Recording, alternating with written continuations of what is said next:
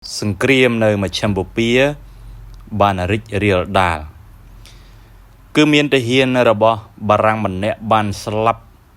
និងមួយចំនួនទៀតរងរបួសនៅក្នុងការវាយប្រហារនៅតំបន់ Kurdistan របស់អ៊ីរ៉ាក់ធ្វើឲ្យលោកប្រធានាធិបតី Emmanuel Macron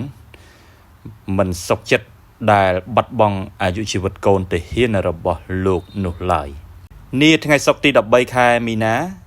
ឆ្នាំ2026នេះប្រធានាធិបតីបារាំងលោក Emmanuel Macron បានប្រកាសឲ្យដឹងថាទាហានបារាំងម្នាក់បានបាត់បង់អាយុជីវិតហើយមួយចំនួនទៀតបានរងរបួសនៅក្នុងការវាយប្រហារនៅតំបន់ស្វយ័ត Kurdistan របស់ប្រទេសអ៊ីរ៉ាក់នៅចំពោះមុខសង្គ្រាមដែលកំពុងបន្តឆាបឆេះនៅតំបន់មជ្ឈិមបូព៌ា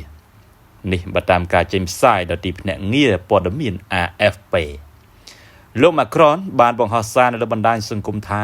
សមាជិកម្នាក់នៃកងកម្លាំងប្រដាប់អាវុធបារាំង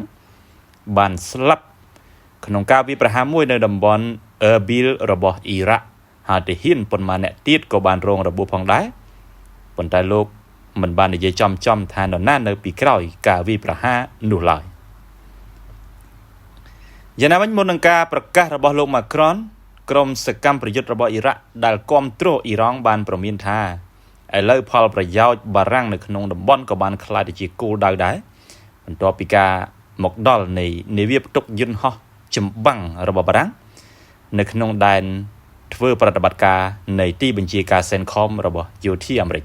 គូបញ្ជាក់ផងដែរថាចាប់តាំងពីការវាយប្រហារតាមអាកាសរបស់អាមេរិកនិងអ៊ីស្រាអែលលើអ៊ីរ៉ង់កាលពីចុងខែ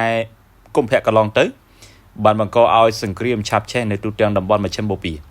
ការវាយប្រហារជាបន្តបន្ទាប់ធ្វើឡើងក្រុមសកម្មប្រយុទ្ធគាំទ្រអ៊ីរ៉ង់បានកំណត់គោលដៅនៅក្នុងតំបន់នៅតាមកន្លែងកងកម្លាំងបរទេសកំពុងឈរជើងក្រោមក្របខ័ណ្ឌប្រតិបត្តិការអន្តរជាតិប្រឆាំងក្រុមភៀរវក